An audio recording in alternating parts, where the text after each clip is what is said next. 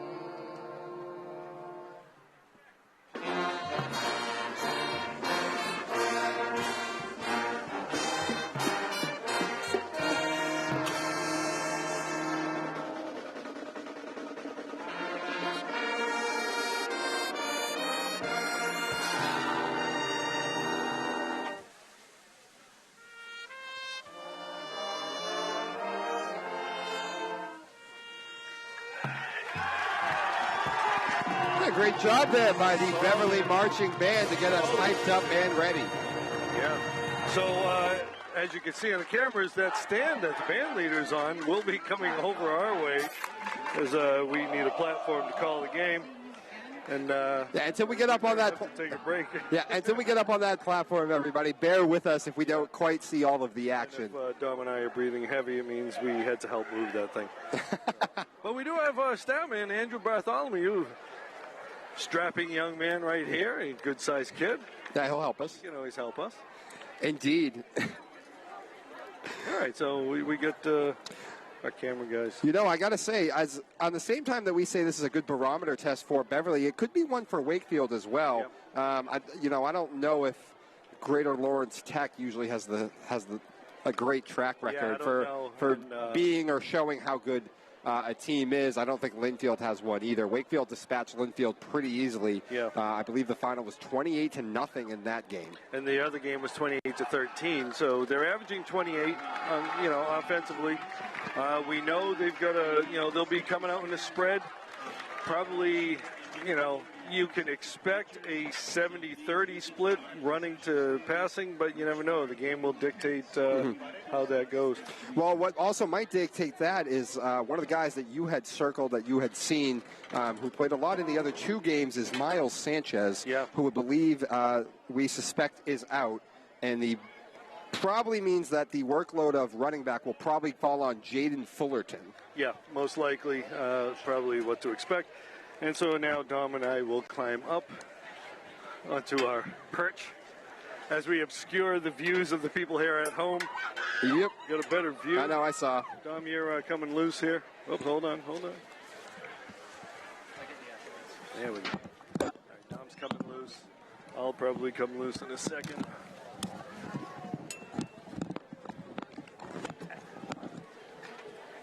Just got my head taken off by a wire there. There we go. Easy. I think my thing's unplugged. All right, piece of cake. All right, boys. Done. Just let me grab my coffee. Can't do these games without my coffee. So, so now that we're getting set, we know Beverly coming in at 2-1. They're averaging almost 26 points a game. They didn't do so great first game of the season against Gloucester, but they've turned the offense up for the last two games. They scored 42 points, where they had turned the ball over their first two possessions, but then steamrolled the Patriots 42 straight points. Floyd White was the player of that game with 4 touchdowns and 8 catches for 117 yards. 3 of those touchdowns came from Danny Pierce and 1 Tommy Collins result. All right, I think I'm back. I think I'm back in business after some comms issues there, getting unplugged as we were, making our way up to our platform. But yeah, as you mentioned in that 42 straight points against Revere. Obviously, though, you'd think those miscues early in the game, probably something you can't afford today against Wakefield. No, you're going to expect a good team. And Wakefield coming in at number 4 in Division 4. Beverly coming in at number 14 in Division 2. So we know the Panthers are here on Senior Day, and it's also USA Day. The fan squad decked out in their red, white, and blue.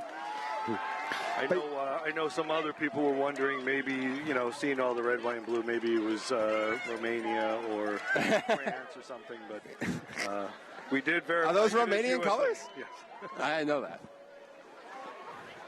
I believe Romania is anyway. There's a lot of flags borrowing those colors, so, I mean, there's only so many colors, and there's a lot of countries. I think there's like one flag that doesn't have red, white, or a blue on there. Well, what's the parameter, though? If it's maroon, like a really dark maroon, does that count as red still?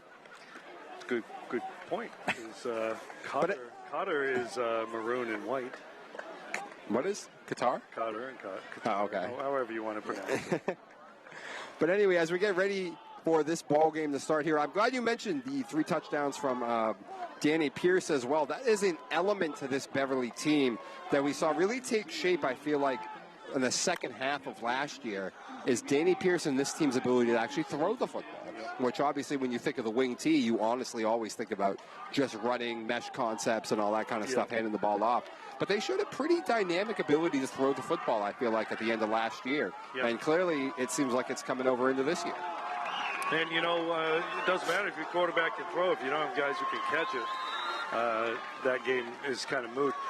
Keep an eye on this kicker here, Carter Jefferson. We were watching him during warm-ups, and he's got a pretty good leg. Mm-hmm. And the kick is off. All right, so Floyd White's going to get Floyd fields it shy of the 10, trying to get to that corner. He's got some space. He's still on his feet, bounding down the sideline. He's going to break away, and he's pushed out of bounds in Wakefield territory. 30-yard line. That's about a 60-yard return. Well, if the band didn't give you a shot of adrenaline for this game to start, a Floyd White return deep into Wakefield territory will. And, we just talked about the game he had last week where he had really kind of shown that potential we had been talking about with him. Eventually, it looks like he stepped out actually more about the 39. Okay. So Pierce under center with a handoff, trying to find some room, cuts back, and basically stopped at the line of scrimmage, maybe a little before, is Sean Costa. Costa's the workhorse at fullback. Keep an eye on Sean Aquizabon. He's been the guy racking up the yards for Beverly.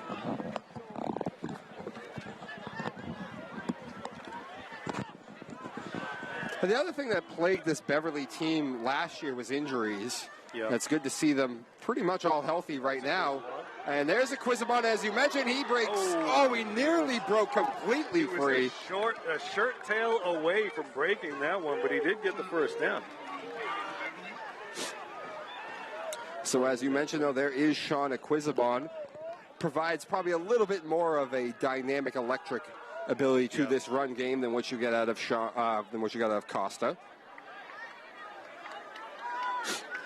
So Panthers with a first down in Wakefield territory. Hands off again up the middle is Costa, and Costa breaking through tackles, and it looks like he has another first down, or at least close to it. 9 yards on that. So it'll be 2nd and 1. And a great sign here right away, as it seems like Beverly has got the run game going early. Yeah, and we saw also out there is George Frost, one of the wing backs. You know, this they call it a wing T. It's actually just a single back with double wings. Go right back, sort of off tackle though that time. And it's also a shotgun formation as opposed to under center. He did get the first down? Yeah. Okay. They're saying that he did get the first. All right, so it looks like we're going to get a timeout here. Wakefield using a timeout early. I know. But, it actually makes a lot of sense. Coach John Rafferty realizes his defense isn't doing what he needs him to do, so you're going to have to use that timeout now. Indeed. But a great opportunity here for Beverly. And one of the great things when you run this type of offense, Rich, as we talk about it all the time, staying on schedule and playing with a lead is significantly better when you run this type of scheme. Yep, absolutely. So, we talked about the rowdy nature of this crowd here. It's also the stands here are full. They actually had to bring in portable stands for the band, which is something, obviously the stands, I think, at Herd Stadium are longer. They are. And a lot of people sit on the hill as well. It's sort of become a thing. But here, there's no hill. Well, there is a hill in the far end zone over there, but I don't think anybody wants to sit there. No. They should start the tradition, though. That would be a nice little spot to get people. If your team's going the opposite way, though, it's kind of hard to see. They go to a Quizabon that time, and not much room. They might even have lost a yard or two, yeah. What they could do is, like at the Little League World Series, have the kids sliding down the hill over there. Have not seen them go to the air yet on this drive, but we might hear after Wakefield gets a negative play on the first down. We might see Danny run a waggle, roll out to his right. There is Danny, drop back. Throws, slings it to the far side, breaks through a tackle. He is in the end zone for a touchdown. Floyd White continuing the performance that he had last week with 4 touchdowns, adds a 5th in 2 weeks. That's the 6th of the season, I believe. Yeah. Floyd White, who into this game came in at number 9 in receiving on the North Shore with 156 yards and 4 touchdowns. And that's going to help in both categories there. So right on cue, as we said, they'll go to the air probably here.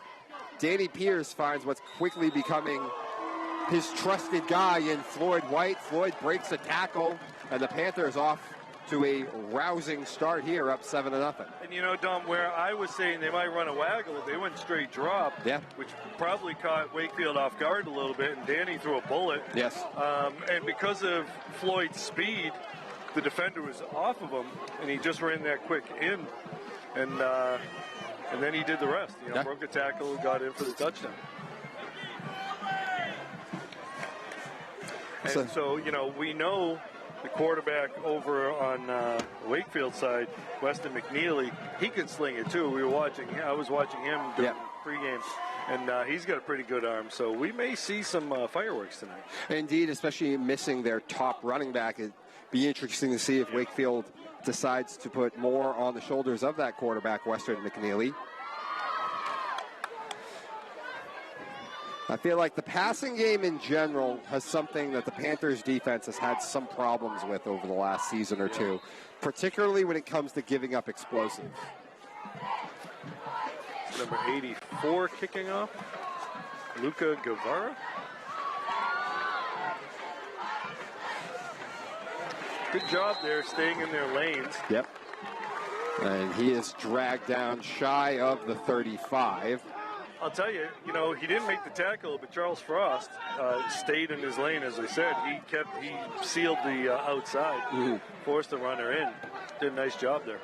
So as Wakefield gets ready to come out onto the field to start their first drive, here. Rich, talking about how, the Beverly defense over the last couple of seasons has some problems getting off the field on third down, giving up explosives. That falls, though, not necessarily always on the secondary. It's about getting pressure on the quarterback, particularly on third down. And, you've watched this team already once this year. Who are you going to look for to be able to get pressure on the quarterback? Number 6, Jerome Sutton. He's just a motor guy. Mm-hmm. And also keep an eye on Teddy Fisher, number 51. Although I don't see Teddy out there. Is he out there? The Panther defense a little over-exuberant there for this game to start, though, as they jump off sides. And now it is a 1st and 5. Teddy playing the middle linebacker there. McNeely under center, brings a man in motion. Quick throw to the outside. There's a good block, but the Beverly defense swarms and tackles him. Will Forbes on the reception, and he gains a little more than I thought, as it's now like 2nd and 1. Yeah, that was a nice block by Captain Christian DeFlorio. Took out the cornerback coming up. Speaking of that cornerback, Xavier Ark, he's the guy that you kind of put on the guy you think is most dangerous. Put him out on an island if you need. Panthers up tight, pressing on the Twins here. Yeah, expecting something on the ground. It is on the ground, and he is upended.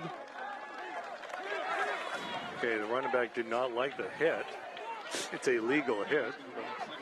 Yeah, that's not legal when you're blocking, but, I mean, right. You're running with the football. It's completely... You got to make the tackle. Yeah. Jaden Fullerton, the running back there, number 27. Like Lucas Monfrey was the original man there, and I didn't see who upended the running back, but... I think it was, it's good. No, I'm sorry. 50, got a hand on it.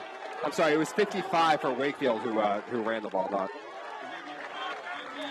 William Johnson, number 22, is the guy who got a hand on that pass. As once again, Wakefield was trying to get something out quick on 1st down.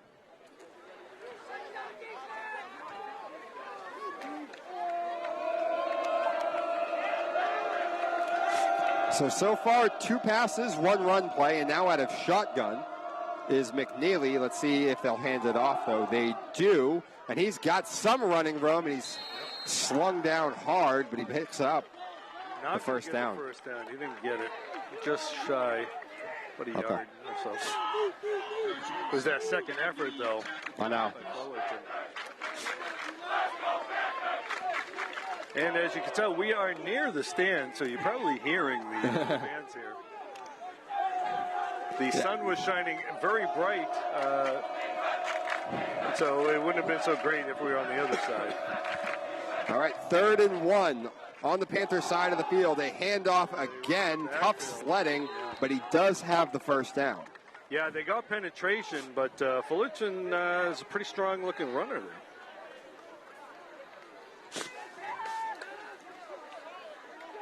Again, coming in, we were talking about they do have a passing game, and we saw that, first play of the game, but expect a lot of running. People think the spread offense is just, run and gun, kind of like Swampscott back in the early 2000s, but it's a pretty good running offense as well. Yeah, exactly. You're spreading the defense out, so it does help in the pass game. Fake. McNeely's taking a big shot. He's got a man, and it's through his hands, incomplete. I think White got a piece of that. He did. White bit. He bit on the move, but he used the speed to catch up to him. Yeah, McNeely had a shot there, as you mentioned. He had a step, but a great job by White to make that up as the ball was in the air and to interrupt the wide receiver. I don't know if White essentially got a hand on it or simply screened the wide receiver, but I think he might have gotten the hand. He got the hand in there, yeah. 2nd and long now, and I would expect that they're going to go back on the ground to make this 3rd and manageable to Fullerton. That is exactly what they're going to do, and Fullerton off tackle picks up a couple. DeFlorio with a bomb of a block right there.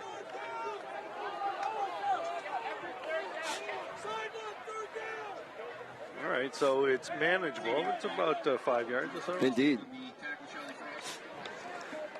3rd and manageable in no man's land as well, so Yeah, you got to keep your head on a swivel Obviously, we're seeing DeFlorio. He's already buried 2 guys. Wakefield can do anything they want here. They can go on the ground knowing they're going to go for it on 4th, or they could fake the run and try and get greedy and make a big play. Shotgun, trips to the far side of us. McNeely on a quick throw. That's going to be a first down and more as taking a gang of Beverly defenders to tackle him. Tough kid. We don't have sizes on these kids, but DeFlorio's got decent size.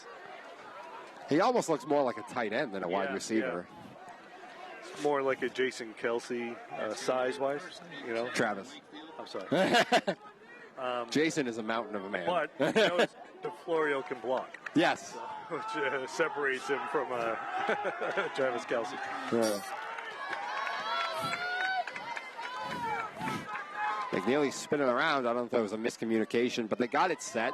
Hands off, and not much running room. He's fighting his way forward, though.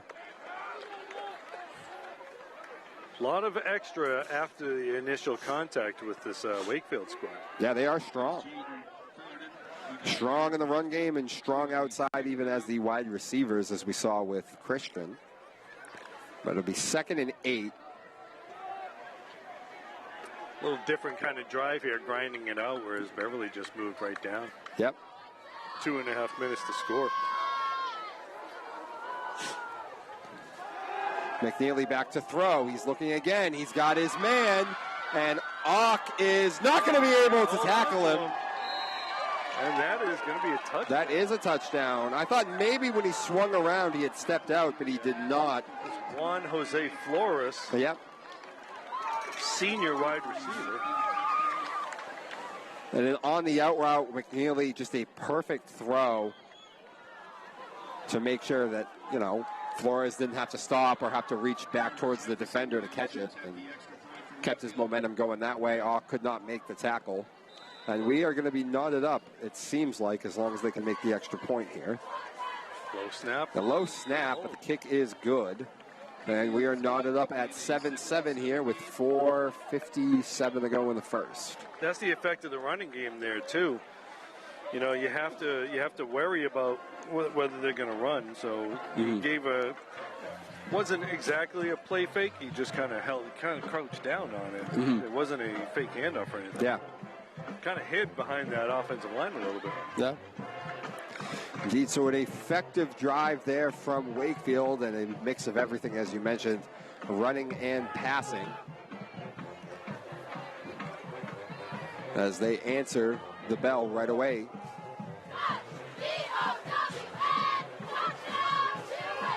So also playing tonight, Gloucester taking on Bishop Fenwick. That has an impact on this game, on Beverly, because Beverly had already played Gloucester. Pretty much every time you play a team, whether you beat them or lose, you want them to win the rest of their games. Because you got to get that power ranking, right? Gloucester, I think, was ranked number 6 in Division 5. All right. So they win tonight. That helps Beverly. Yeah. Do you know who their other 2 wins are over? Who's that, Gloucester? St. Mary's last week. Okay. And I don't know, did they play 3 games so far? I can't remember. Okay, maybe they are just 2-0. Yeah. This one is caught by, is that Ock? Yeah, that's what I thought. Hawk, a nice little move, but he's not going to be able to get by the tacklers completely that time. Still a good return. Good return, but the leg of Carter Jefferson, your starting point before you get to take off is further back. Whereas when they played Haverhill 2 weeks ago, Haverhill was just kicking onside. Oh, really? Actually, yeah. I think initially it was, we got to try to get one. Then it was like, hey, that one worked pretty well. Let's do it again. Interesting. Panthers' effective drive after some great field position to start the game. They're a little bit more backed up this time. Starting in their own territory, and that run is really not going to go much of anywhere. I will say this, Wakefield looks aggressive. right? And obviously it's football, so you should be aggressive. But in terms of pursuit, so I think you might see some kind of a reverse, with the wingbacks at some point. And again, I also think a play fake might work too. Yeah, put it in the gut of Sean and then take it out and look for someone downfield. Ooh. That's good pursuit right there. That time it was Sean again and not finding much real estate. That was DeFlorio. I think we're going to be calling his name quite a bit today. Playing that linebacker position. I think a screenplay might work well. But this Wakefield team does seem to pursue pretty well, so we'll have to wait and see. 3rd and long, though. They might be a little more conservative here, though, in 3rd and that much to go. The Wakefield defense. Danny has some pressure. Now he's going to roll the opposite way. He tucks it and runs, and he is got the first down, I believe. He does. Again, a double threat quarterback like that really can give you fits. The coverage was good. Yeah. But Danny just decided to use his legs on that. Yeah, Danny went one way and then rolled back the other way. Found the real estate in a first down.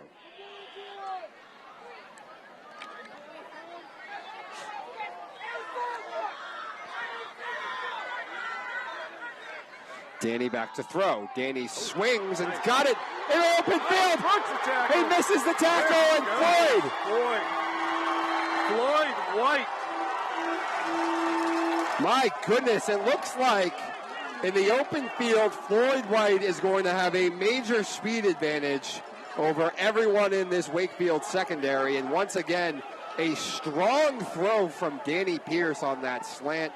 And he allows Floyd to never break stride. Yeah, that ball was right out in front of him. Floyd did a nice job using his hands to catch the ball as opposed to trying to get the chest out there.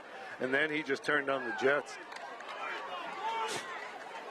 So you thought maybe we could see a fireworks show here tonight from Frank 40, and early on it has been 3 scores.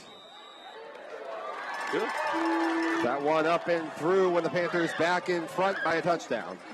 Again, the passing game, it all starts with protection.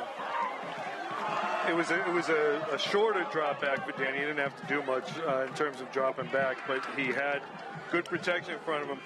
When you throw those kind of passes, you fear hands knocking the ball down. Protection helps take that away, and Danny just laced it right in there to Floyd White. Yeah, you worry about hands like that, but that's part of the why you throw the ball as hard as you do, because you don't want to give guys the time to get that hand up on the lines. Short drop, quick slant, and then let your guy with the legs get the rest of it done. I'll tell you right now, one of the things that I notice is the biggest improvement of Danny Pierce from last year to this year is just doing things in rhythm and timing. You know what I mean? Yeah. Now, part of that probably is because they're just more willing to throw the ball now on all downs, whereas a lot of time it was kind of when they had to on 3rd and longs. But he does seem to be. Oh, that one just died out in front of him. Oh, but he's got room. Oh, boy. He's got a lot of room, and he's finally dragged down right at midfield. Dom, the last home game we had, Tommy Donovan did the game with me. Tommy's not with us tonight. He's at home watching the game, but his presence is felt already. He did add in that Gloucester did have another game. They played Falmouth. Okay. They went down the Cape and beat Falmouth. So okay. Thanks, Tommy. Dom, you do the podcast. Yeah. And I've been talking with Tommy about a potential show that he's going to do. Not a podcast, but like a workshop kind of thing. Uh-huh. The magic of yoga with Coach D. I would be very interested in that. I know a lot of people have said that. I've talked to a lot of people, and they said, I'd watch. So, in about a yard. If that, it looked like William Johnson on the tackle, 22. So we're getting a timeout from the referee here. Okay. I don't know. Maybe it looks like he's looking at the yard marker or something. Maybe. I'll be honest, right now the yard marker looks generous from what I saw. I thought he barely got past that line of scrimmage. But You know, I noticed the scoreboard only has the score in the period because it wasn't made for football. Yeah. So there are no downs on the scoreboard. No, there are not. So you have to look at the chains. Luckily, we have a beautiful view of those chains right now. Yeah, we do. Right in front of us. Yeah, people behind us don't, but. Nice play there by the Panthers on first down. He's throwing it. McNeely to throw over the middle of the field. That ball is caught. He's tackled. That looks like Jimmy Preston, number 44 on the reception.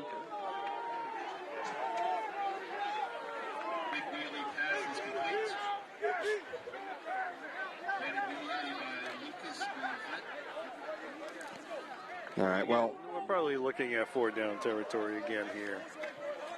Probably. Especially now crossing that 50 into Panther territory, you would think, especially with the way Beverly's moved the football. So a 3rd down, handoff, and it's a fake. McNeely takes it himself. McNeely's got plenty of room. I don't think anyone's going to catch him. McNeely on that little fake or just straight option. I don't know what it was, if it was designed the whole way or if it was a read. I'm guessing it was a design call. Well, you know, Beverly had not seen him use his legs really at all, so they were not ready for that. Well, you know, we had talked about the pursuit of Wakefield. Mm-hmm. Beverly got sucked in on that same situation there. And again, when you're gaining yards running the ball, a bootleg kind of situation like that will work. The minute McNeely pulled that ball out of the running back hands, you knew it was trouble. Oh, yeah. I mean, the floodgates were just completely open. Well, the other thing is he outran Xavier Hawk right there. I mean, he did. Hawk was behind him, but McNeely's got some speed on him. Oh, yeah. On him, too. All right, so 14-14. You have to ask Coach D what the over-under on this one was. Whatever it is, right now it looks like they're on pace to blow by it. Well, you know, with this, I'm just got 28 a game, the other scoring 26 a game. Yeah.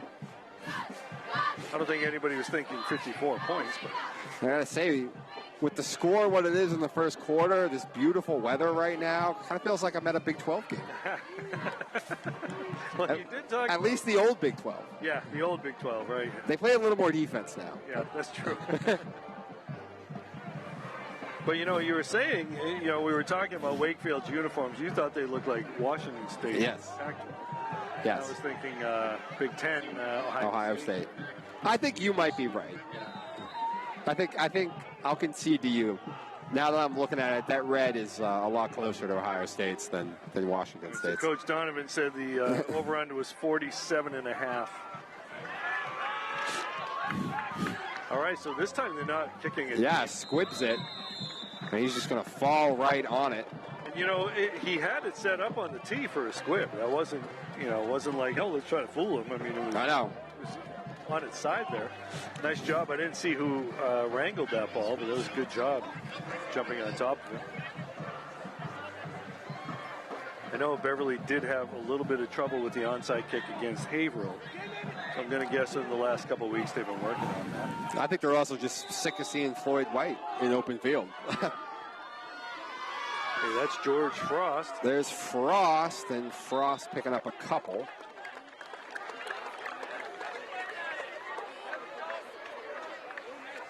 Well, Frost picked up even more than I thought, actually, about 5. Yeah. So a very nice play on first down. Yeah, that gives you a lot of options now for second down.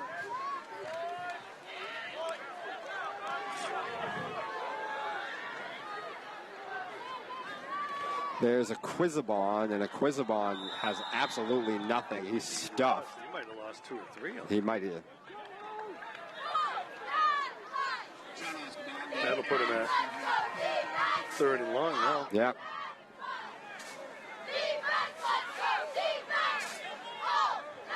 This could come down to whoever has to punt.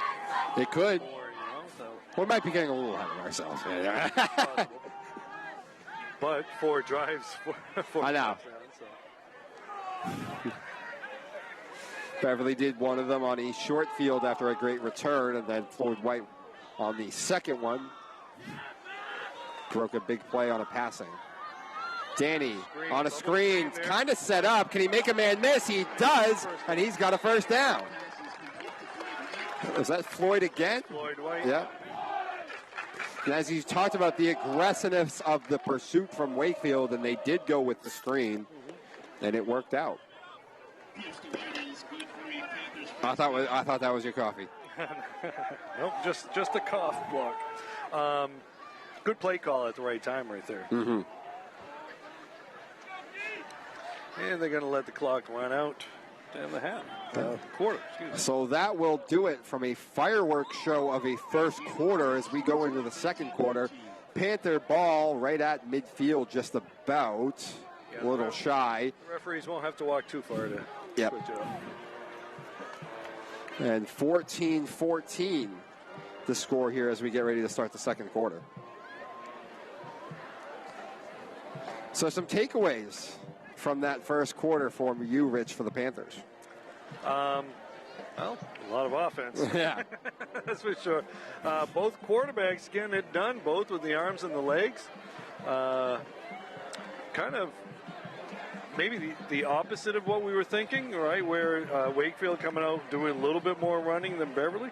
Beverly's had the quick strikes, though, so they really haven't run as many plays as Wakefield. No. You know, so, you know, that last drive, what, 2 plays? Yeah. Right? And 2-3 plays. yeah. So, you know, again, mix it up, right? Throw the ball when you pull the defense in for the run, and then, you know, run the ball and use the big guys up front. Yeah. Might have been 4 plays because they did pick up 1 first down on the Danny Pierce scramble.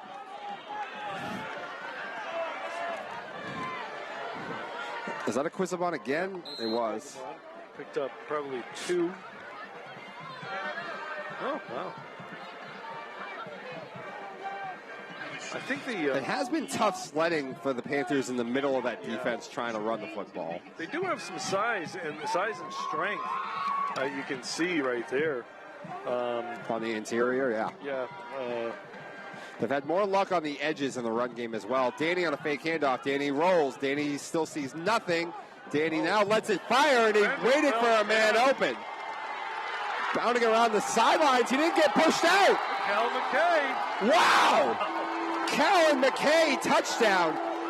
That took a while, as you said. Yeah. Danny just kept buying time and drifting, and as you mentioned, the defender fell down. Yeah. Had a great job by McKay to keep his feet, and the shootout continues here in the second. Yeah, and, you know, got to give McKay great job, you know, balancing act there.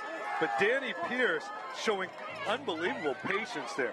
I thought he was going to turn it up. I did too. He waited. He knew he had some space. He could wait a little bit. And he kind of drew the defense at him. And we said the defender fell down. And that let Cal get wide open there. And that is the poise of a senior quarterback right there. Understanding the space around him and knowing he still had time to let his man continue to work their way over. And it was a designed rollout on that play. Mm-hmm. I don't think he was intending on rolling out as far as he had to on that. No. But it was a good job of getting that space. We did talk about those guys in the middle for Wakefield packing things in and getting pressure from the middle. So getting Danny outside really kind of helped him out a little bit.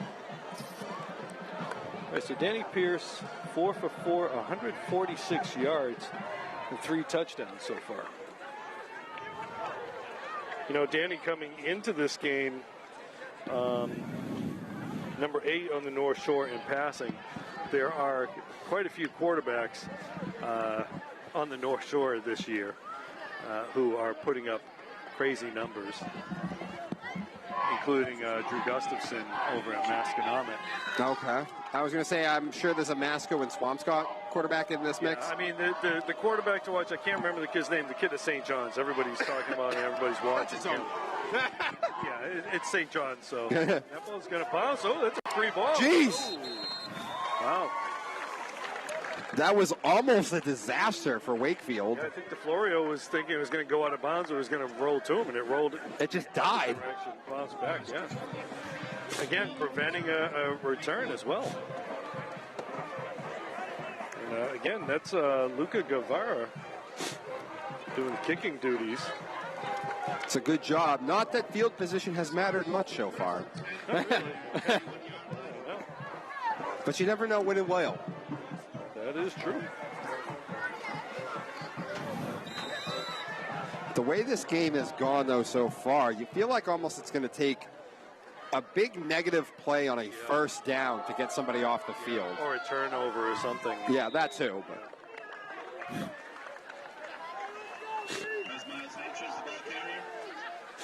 But right now, both offenses, for the most part, have been able to do everything in the timing and rhythm of which they want. Wakefield had one long drive and then mostly a big play on their second score. Yeah, so far it's been like a boxing match, just punch, counter punch. A couple of big blows there from the Panthers. Wakefield straight back, drops. That's a long one and a beautiful throw down the sideline. He's going to shake the Beverly defender. He's going to go all the way, and Wakefield answers with a big play of their own and a beautiful throw by Weston McNeely, 21-21. To Juan Jose Flores, 70-yard touchdown. That's his second touchdown of the game. And that was a really nicely thrown ball right there for McNeely. Just kind of up and over, dropped it right in on stride. Oh, yeah. And Flores showing Floyd White's not the only guy who's got good wheels.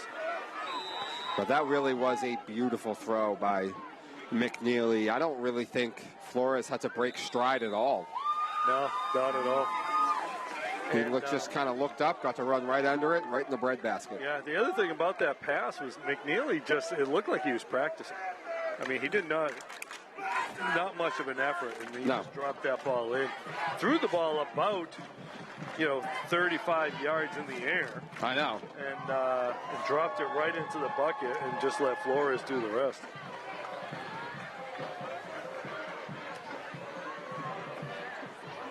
All right, so Coach Donovan gave us an over-under of 47.5. It's looking like we could get there. I don't think he was saying that based on the first quarter, though. I think he was saying that before the game. Yeah, absolutely. The adjusted one is, 60-something. Right. Unlike when we do the basketball games, Tommy waits for the first quarter. Yes. Give us the over-under. He was giving the pregame over-under. Probably talked to Richie Lenz to see what the over-under was.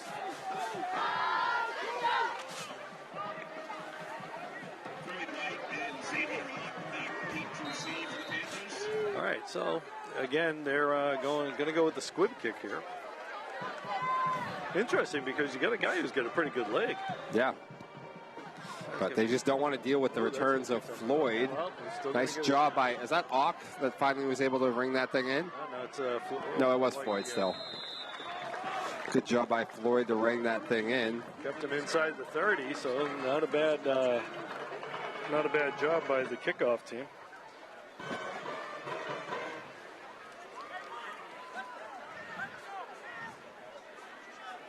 (21-21). More than 10 minutes to go in the first half. No. This is not the kind of games that we have been used to over the last 2 years. CCU about 15 years ago. I know. Handoff, and that time he got plenty of room up the middle. Costa keeps going across the 50 where he's shoved out of bounds.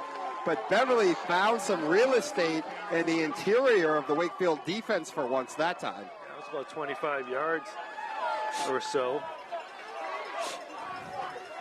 That was about a 25-yard run. Yeah.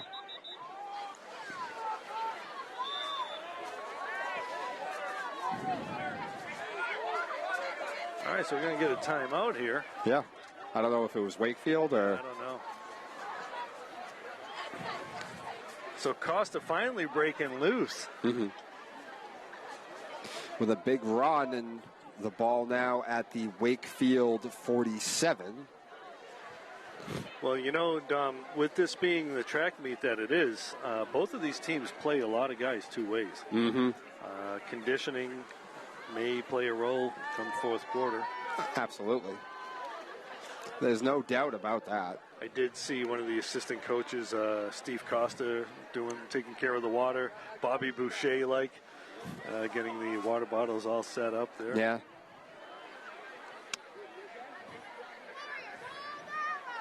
One of my favorite one of my favorite stories I ever heard, especially when I was living down in New Orleans. I was talking to all the, the guys connected with LSU football and the SEC, is Nick Saban screaming at a new water assistant. The poor woman did not get out there fast enough on a timeout in what was turning into a track meet against Lane Kiffin's Ole Miss team. Okay. And he was very upset. You wonder, I mean, obviously Nick Saban, you're wondering, is he like training them? Does he have a stopwatch? You got to get out there. And I wouldn't doubt it. He was an absolute maniac down to the very last detail. Now they're going to try the edges of the defense here, and there's plenty of room for him to run as he's across for a first down. Stefan Sullivan, sophomore running back with his first run of the day. Again, you put him out there as a wing. You haven't seen him carry the ball yet. To start looking in the backfield, you don't see that kid. Nice gain there. Beverly does have depth at that wing-back position. Mm-hmm. Handoff again. Nice job slipping through that tackle. And Costa there. Strong running from Costa. And about a 5-yard gain. Yeah.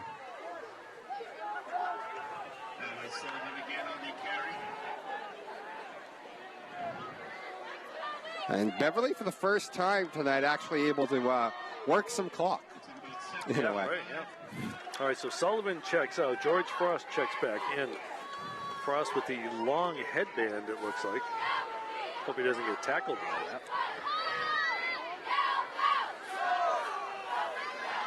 Handoff up the middle.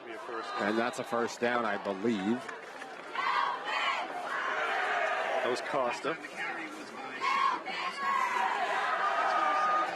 Costa again and a new set of downs. Dom, normally when we do the games, we're in the press box at Hurd Field, Hurd Stadium, and we got usually Phil Stacy and Matt Reardon with us. Phil's walking the sidelines, and Reardon's over on the shipping container. I know. Quizabon squeaked by. He's still on his feet before he finally steps out. I got to tell you, I was down here doing the girls' soccer match yesterday with Al Visnick. Mm-hmm. We were luckily under a tent because it was pouring all day long. You don't see the effect on this artificial stuff. This stuff drains right through. There's no mud, which, all right. It's always fun to play in. So he did get pretty far like I thought. Is there no more chains here? Are we goal to go? Yeah. It looks like Pierce going to take it. Pierce takes it himself. Pierce still on his feet. Beverly thinks it's a touchdown on the sidelines. It is. Danny Pierce. Wow. Both quarterbacks now with rushing touchdowns. These teams just keep doing the same thing over and over again to each other. Big pass play for a touchdown. Big pass play for a touchdown. Quarterback keeper for a touchdown. Quarterback keeper for a touchdown. Yeah. Just back and forth they continue to go. And it's going to be 27-21 right now. You can do, I can do better. And, while we're at it, might as well mention the crew that we have here today. We got Leo Santaesteban on the cam right next to us. We got John McMahon over on the ground level cam. We got Mike Perano. I think Mike's the crew chief tonight. Yes. And Tim Hezzy and Chris Harvey working on everything with us. Yep. It's a total team effort. I was about to say, it's everybody out here tonight. You and I, we just got talking. We got our stat man right here, Andrew Bartholomew. He'll give us. You have the podcast. Andrew's got a podcast now. Does he? Yeah. Andrew's Sports Zone. Yeah. Andrew's Sports Zone. Is it available on YouTube? Right. I did watch on a BevCam Sports Network. I did watch you a little bit with your dad, Peter Bartholomew. Are you podcasting or is it just a BevCam show? Podcast. Oh, okay. Both, yeah. And we can find that anywhere podcasts are available? Okay. Same with you, Dom, right? Yeah. Slow your roll? Yeah. See, Coach Tom? Everybody's working on something. We just need you to do the magic of yoga. And we've also got the view of the injured. Yes. You see John Reyes getting his ankle taken care of.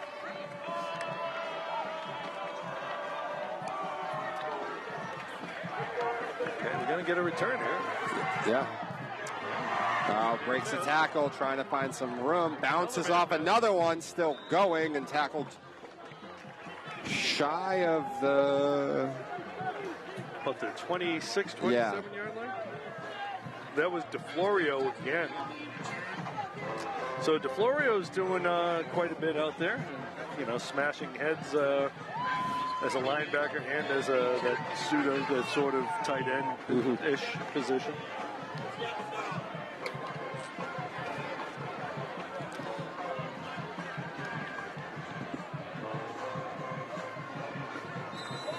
All right, Wakefield back out now on offense after maybe about a 70-yard touchdown throw last time, and this time he finds some room up the middle, and it actually could have been a lot worse if it wasn't for a saving tackle, someone tripping him up by his ankles. Yeah, the shoestring tackle there. I think that might have been Frost, but not sure. As I couldn't see. I forgot I had my glasses. Guess I might have been forced to wear glasses now. Uh-oh. Although it does help quite a bit out on the field. Although I did do a first half without. 2nd and 2. McNeely from the shotgun. Oh, and there's a false start. That's going to hurt. That's the other thing these two offenses have done a beautiful job of so far. Very few penalties in this game. That was the first? Could have been. Right, I believe it was. No, before they even snapped it, the Panthers jumped off sides. All right, so both teams with a penalty. Loss of 5 on that. Yeah, interesting. They got as I look over at the crowd, it looks like they have like 2 concessions or something. I think almost.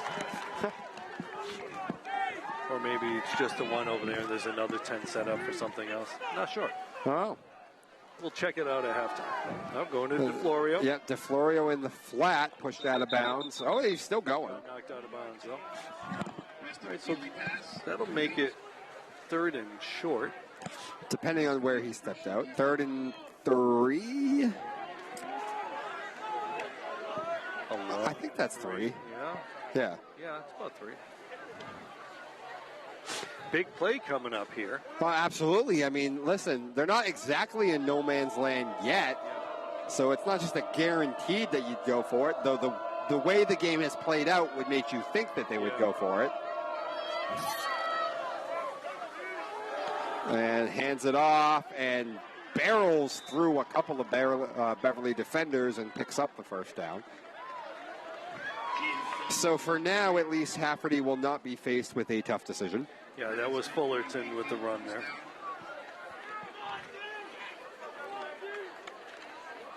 I don't know how stable these rails are, Don. I don't know. I'm not going to lean against them. I'll say that. I'm more just bouncing against them. Yeah, that's true. I'm not doing a full lean. I know. I don't trust myself with a full lean. Almost a clothesline there. Short game that time on first down. Oh, actually, no, we got more than I thought. 4. Yeah, again, it's that second effort. I know. The contact is made at around the line of scrimmage, but they're just moving forward on that. Short gain's going to make it 2nd down and 8. So we're going to have to get off of this thing for halftime. Yes.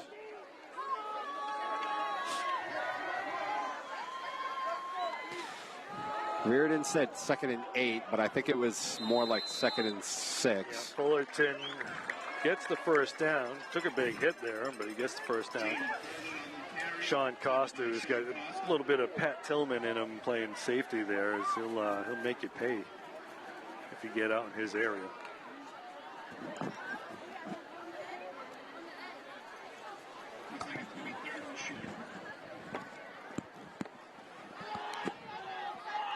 We have to go back years for the safeties who hit really well because they've taken so much of that out of the game. Yeah. Ball now pretty much right at midfield. Wakefield driving, trying to tie the game back up, 28-21. Hands off again. Been pretty much all run game so far on this drive. Fullerton again. As they are riding Jaden Fullerton. Yeah. In the absence of their main running back, Miles Sanchez. Did see Sanchez out there during warm-ups, but he's definitely out. He had a knee brace on. He was in his civilian clothes.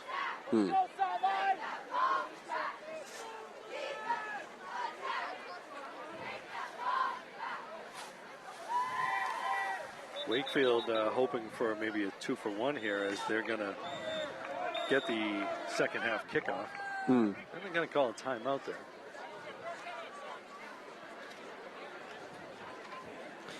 All right, so for once now, Beverly moved a little bit of clock in their last drive, more than they had been. Right now, Wakefield really moving some clock on this drive. Yeah. Far more than what's been done for most of the half so far. Yeah, and I think if you're Wakefield in this situation, you'd like to finish off the half with the ball. I mean, that would be ideal because you can sandwich possessions. Yeah, exactly. Now, of course, if the opportunity for a big strike here comes, then you take it, right? You don't just grind it out for the sake of grinding it out if they're going to give you something. Again, there's that running game is going to allow McNeely to play fake and throw it. And we've seen that the receivers on both of these teams have big play potential, and well, it's not even potential now. They have done it. Capabilities, and success with it. So.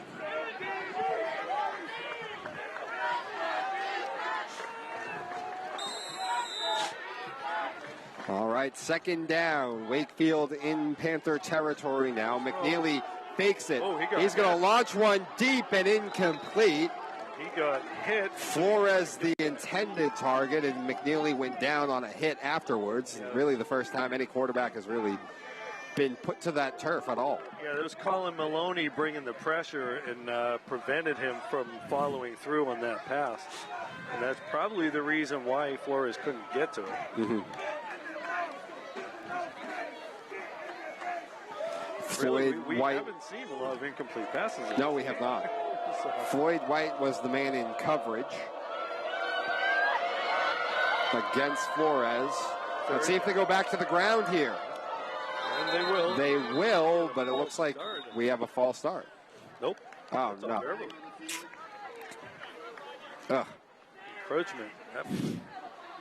Not enough for the first down, but it's going to get him close. So again, that's only the second penalty on Beverly. Oh, I actually think he gave him the first down. Yeah. Boy, that was a big strides, it looked like. So that is a first down. Yeah.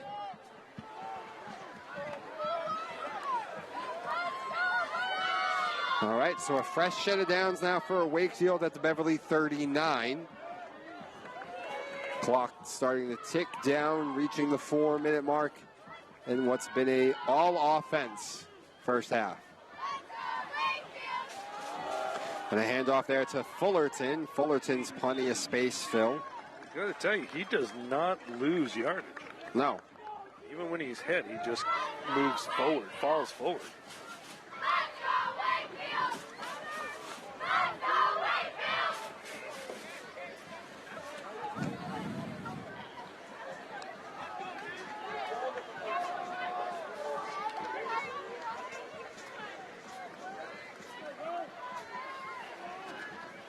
Now to throw, Weston slings that one out to the far side, and he is decked as he was trying to get out of bounds. It's a first down.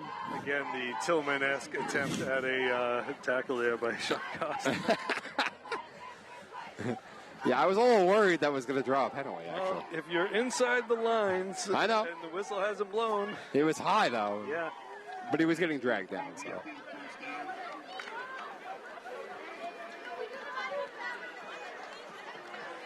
Clock still moving.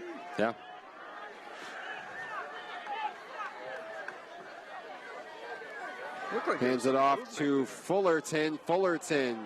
Looked like the receivers weren't set. I know. It did look odd, but no one caught it. Well, I guess if the movement is backwards.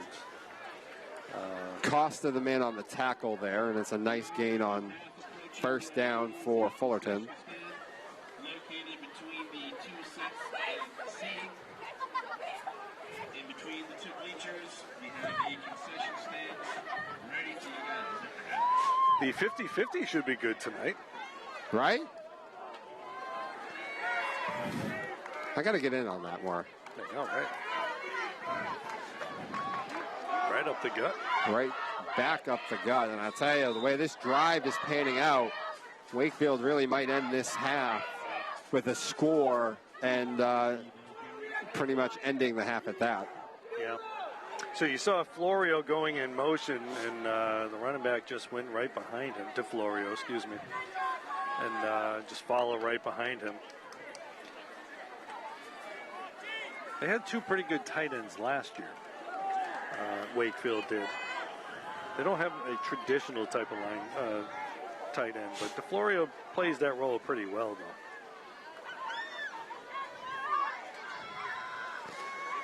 though. McNeely saying something at the line to everybody. He's in shotgun. Yeah, they mix a minute and a half. Hands it off, though, still trying to find some room on the outside. And that time he really found nothing. Yeah. That's a big play for the Panthers. Yeah, it looked like McNeely audibled out of whatever they're going to run up the middle to get it outside.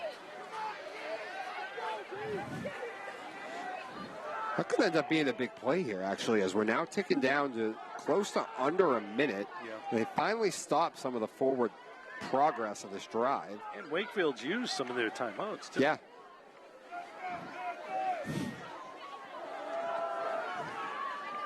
Up the gut with Jaden again. I think he'll get the first down on that. He definitely did.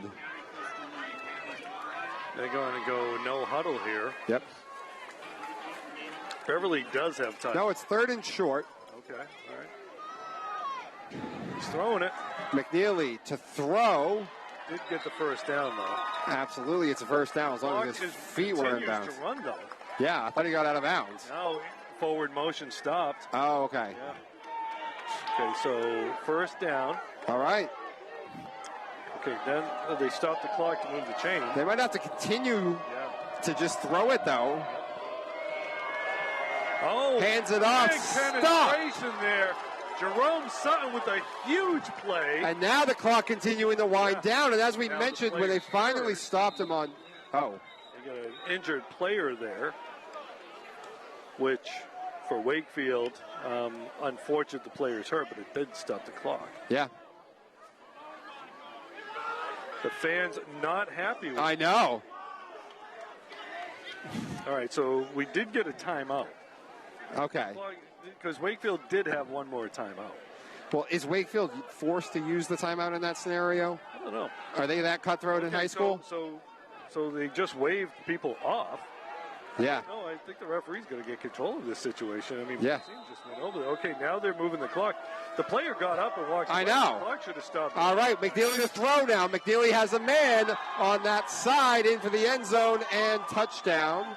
I got to tell you, the Beverly coaches are not happy about it. I know. They shouldn't be. Yeah, I thought the clock needed to stop. The clock stopped with the injury. The player got up. It should have started as soon as that player got up on the field. They essentially gave the team a timeout because obviously the timeout didn't get called there. I know. But they didn't announce that they were not getting a timeout. I know. They didn't announce that they were getting a timeout. So then Beverly was getting ready to feel like it was, all right, we're going to give our players some water and talk this out. And then all of a sudden Wakefield was back onto the field and the clock was moving. Yeah. Now, I do believe it was a legitimate injury. I don't think he was. No. No one's saying that. No, because we do see him being attended to over there. Yeah. And you can also tell when a guy's faking it. You know, they grab a leg or something. He was down in a position. But they allowed both teams to go to the, to take a knee. Yeah. Right? And then the kid goes off the field, and then they started, when they got the teams out there, they still waited a little bit. I know. Time. I don't think you have to wait for the offense to get set to start the clock again. So that was very odd. Yeah. It was very rushed, even though clearly it seemed like a timeout was used. Yeah, and I do think Coach Hutton is letting the referee know. Yeah. That's a huge play right That's there. massive. Now, Well, Wakefield scores a touchdown. they will get the ball to start the second half. Start the half. And they're going to just squib it here to try to prevent a big kickoff here. Return, that is.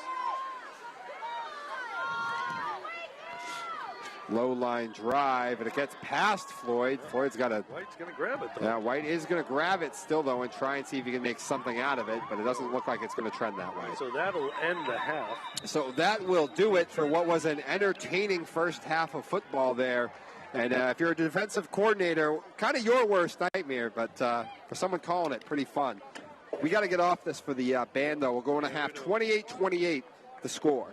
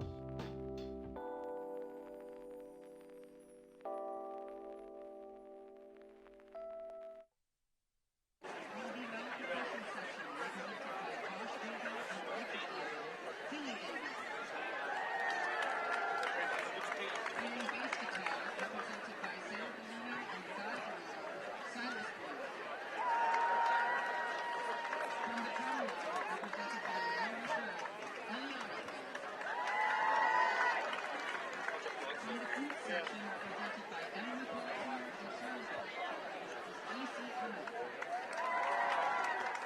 From the trombone section represented by Holly Lou and Carter, Brenna College.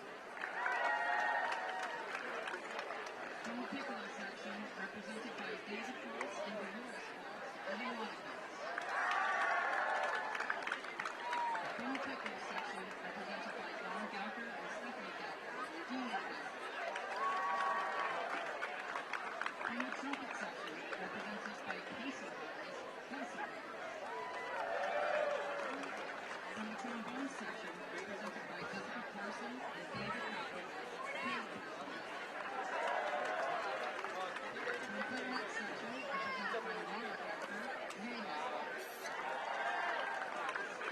From the flute section represented by Liz Robinson and Ty Robinson, Hannah.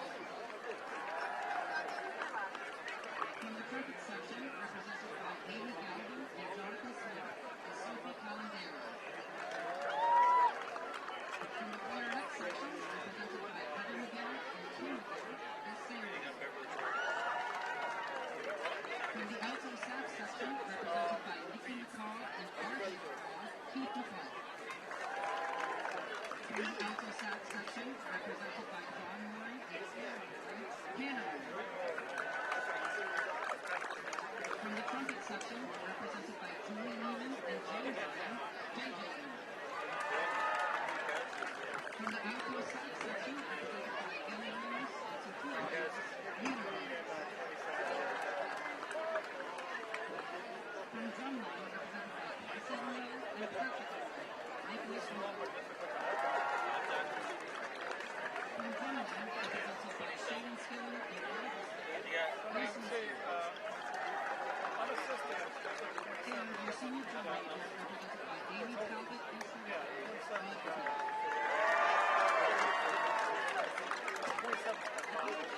Class of 2026 everyone.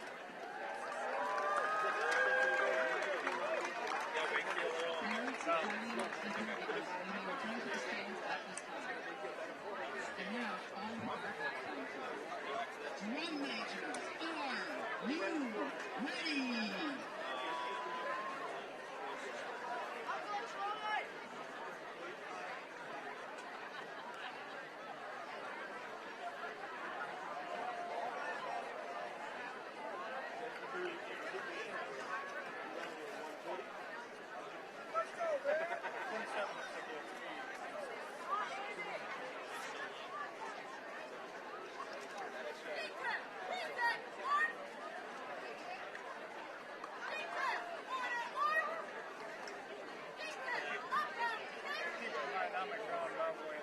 And now, everybody, the BHS Band presents Rise, Run, and Roll, Songs of Resilience. First up, a song by one of the 1980s most iconic hard rock bands, which featured one of the decade's most distinguished synthesizers. With a hearty, just do it attitude, here's Van Halen's Jump.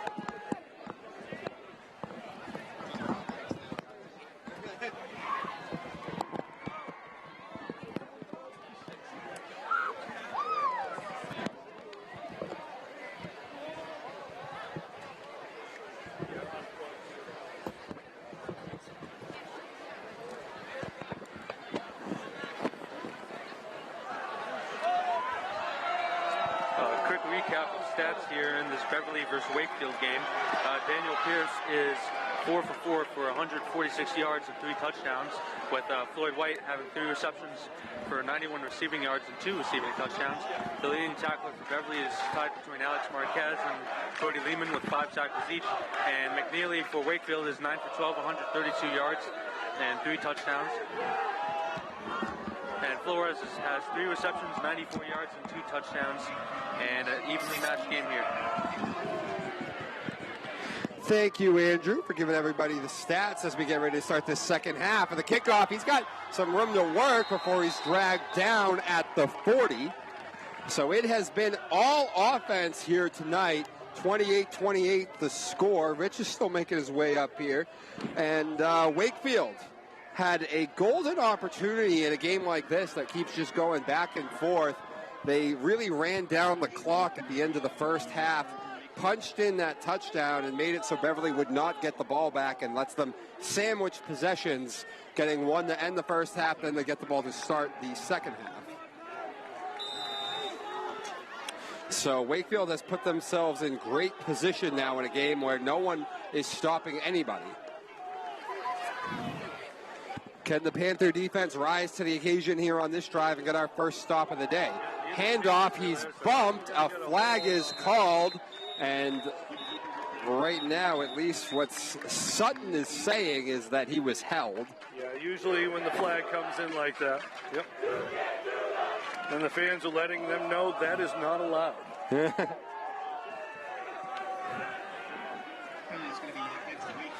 I know we talked about not just turnover, but it could come down to also who can get a big play on first down to just keep one of these offenses behind the chains. And a penalty like that will do it, as now it's first and very long. Yeah. So Beverly's been given a golden opportunity here. I know we're disappointing some of the fans behind us, but now they know, don't sit at the 50-yard line. Yeah. All right, McNeely to throw. McNeely unwinds and corks one over the middle of the field, and that one is caught by DeFurio, it looks like, again, and he's never dragged down until right about the 30. It's that seam play right there. Nice little touch by McNeely. Nice hands by DeFlorio. They will spot it just shy of that 30-yard line. And the holding penalty does not matter. Nope. I like the platform set up this way, Dom. We got a little more space. I know.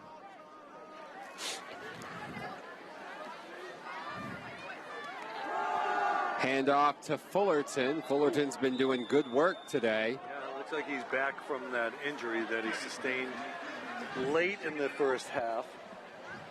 That led to a little bit of a controversy. What? Led to a little bit of a controversy. Oh, yes, indeed. I have to work hard here, Rich. I can't really hear you. I know, okay. I'm not really... Are you hearing me? Yeah. Okay. You know what? I think my... I'm hearing you because you're next to me. I'm not hearing you through my headset. Yeah. How's that? A couple of yards there for Fullerton. Looks like about 2nd and 6. How's that, Dom? That better? No. In the process of moving, I can hear myself in the mic, so I don't know. Don't worry. We've had worse mechanical issues. True. Another penalty on Wakefield. Yeah.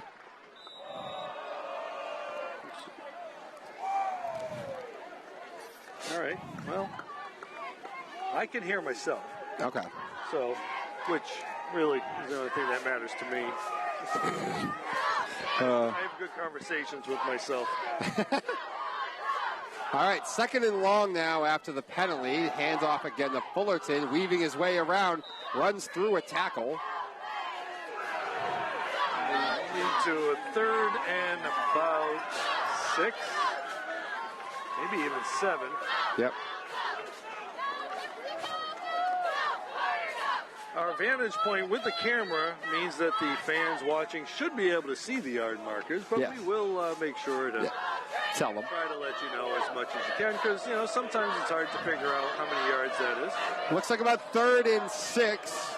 McNeely from the gun. McNeely taking it to himself, and he slides down. He's not going to get the first down. No, he is not, but they will. They're going to go for it. Yeah. Although you do have a field goal kicker who's got pretty good leg. Looks like McNeely going over there to take the play. Looks like he hurt himself a little bit. Oh, yeah.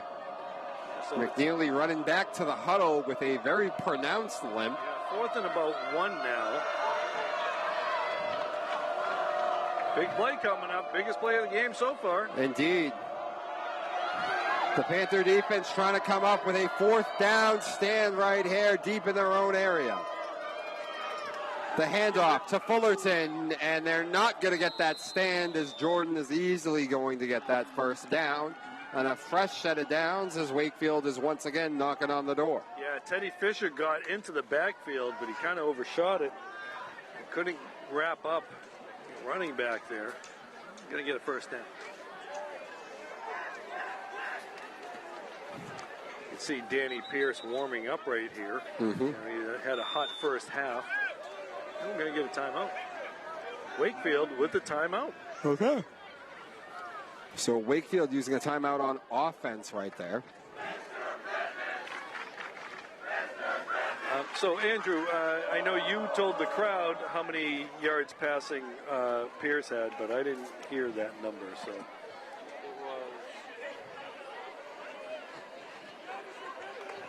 was 4 for 4, 146 yards. okay, Danny Pierce 4 for 4, 146 yards. So it seems like Pierce has been throwing a ton. Mm-hmm. He's only thrown the ball 4 times.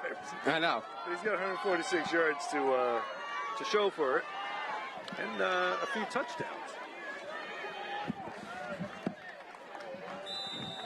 Yeah, they've all been explosive, so. Yeah, they've all been touchdowns, right? Weston, the throw. Weston fires and incomplete. It's going to be a flag Ah, on White. Came over the back to break up the play. yeah, Floyd looking like he went through the wide receiver before the ball had quite gotten there. So that'll be a 15-yard penalty.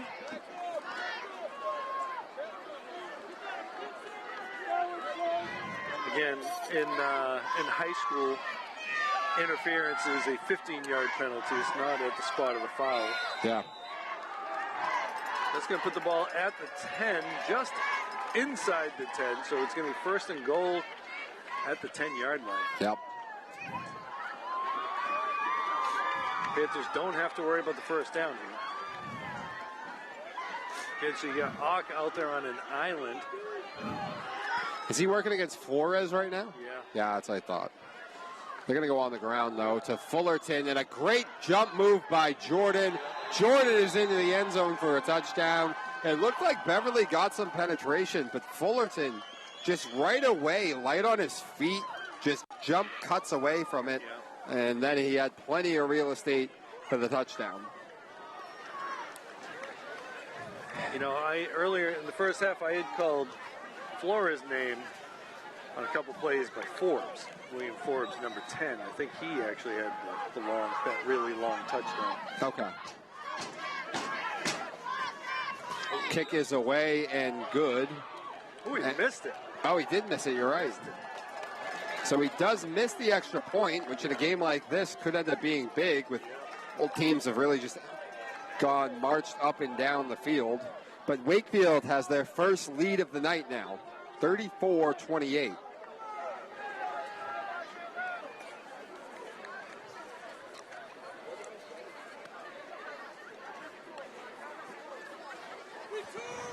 I want to give a shout out to the cheerleaders who are here tonight. They showed up and they're competing with the Wakefield cheerleaders. They're right down here. Are they? Right under us here. They often don't get the credit for what they do. It's no longer just standing there shaking pom-poms. It's a pretty athletic endeavor nowadays. You got to actually have routines and stuff. Yeah. It's actually a relatively dangerous sport. A lot of elbow injuries from doing the flips and such. Also just you know, if your team messes up and drops you on your head. Yeah, that too.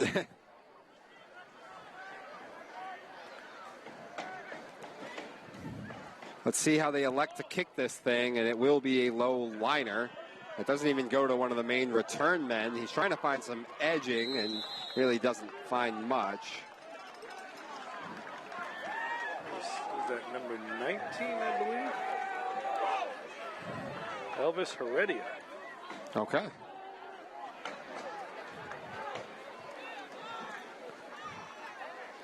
So the Panther offense back out onto the field, and as we mentioned, 130-something? 146 yards. 146 passing yards for Danny Pierce, along with those two Floyd White, who broke a couple of big ones, and Sean Costa gets a handoff there and rumbles forward for maybe a yard. I think he got maybe 3 of them. Oh, you're right. He did get more than I thought. Got way more than I thought. Okay. Closer to what you thought. Okay, there we go. I was like, I'm not that blind. He moved it back the length of the ball there. So it looks like a 2nd and about 7-ish. Yeah.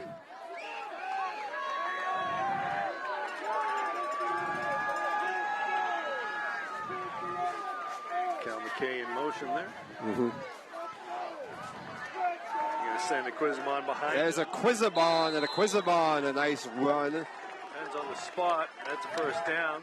As he bobs and weaves to the first down marker. Was he just a yard short or no? They are moving the chains. Okay. I thought he had gotten there. They don't have the laser technology that the NFL has nowadays. No. Now going to find something on the edge. Stephon Sullivan. And Stephon Sullivan again on that jet sweep picks up some good yardage.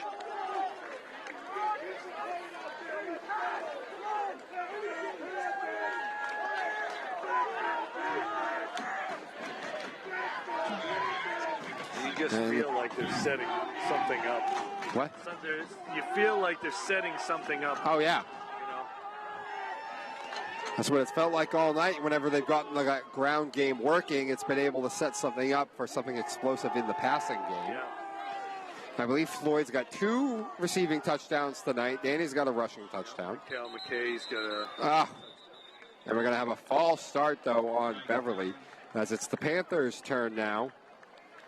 Yeah, 2nd and short. That's a tough one. To have a pre-snap penalty.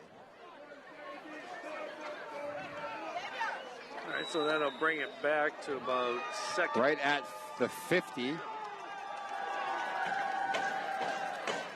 so it's about 2nd and 7, it looks like. It's pretty much what it is, yeah. The nose of the football at the 50, so yeah.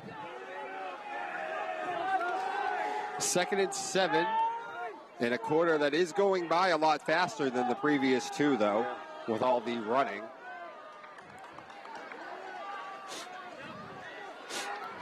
Someone get out there and make a block. He runs through a tackle. He's going to keep going. And a nice run there. Got a couple of yards off of it. He was kind of trapped in the backfield there. He was. George Frost there with the run. Makes something out of nothing. So it's about 3rd and a long 4. Yeah.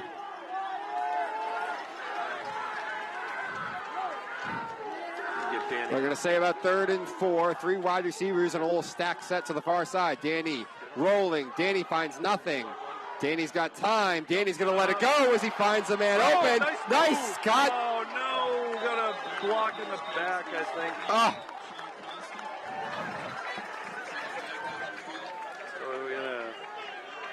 So they had the first down. I think they're going to call that a block in the back, maybe? Mm-hmm. I thought it was a nice move by Costa on that. Yep, block in the back. Yeah. Block in the back against the Panthers. I don't know exactly where it was, if it was at least downfield a bit, so it's not going to be too punitive, but... Spot foul. So they'll move it back 10 yards. Ugh. So It'll be third and a little bit further back than they were. They had gotten the first down, too. I know. They had gotten the first down and much more. It was once again a nice job by Danny as he was patiently waiting for his receivers to get open. Moving around just enough. But now it's probably about 3rd and 6. Danny rolls it the opposite way. Danny's got a man open. That ball is caught by Floyd White. Floyd White along the sideline, and Floyd White's still on his feet. Runs to another tackle, and it's another touchdown. Wow. Floyd White, what an amazing job to stay in bounds. A beautiful throw by Danny, putting just enough touch onto it. That's about a 47-yard touchdown pass. About 20 in the air. Well, no, I'd say about 10 in the air, and the rest was Floyd White doing what he's been doing for the last 6 quarters. Yeah. Beverly answers the bell with a chance to go up by 1. Got it through. And he got it. So the Panthers take the lead back there on another Floyd White receiving touchdown, a long run after catch. 35-34 the score here. I'll tell you, Danny's a right-handed quarterback. You used to see right-handed quarterbacks roll right. He can roll to his left. Nice touch. Just got that ball over the defender's hand, right to White, and then White just did the rest. Breaking, using the speed and then breaking, 3 tackles, I think. One almost pulled his helmet off, it looked like. I know.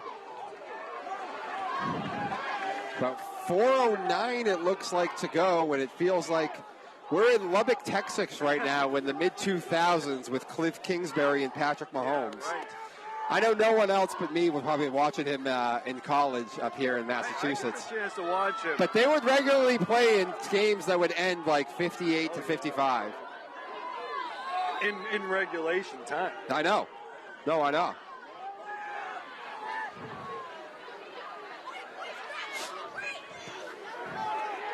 High kick to Florio. The ball caught.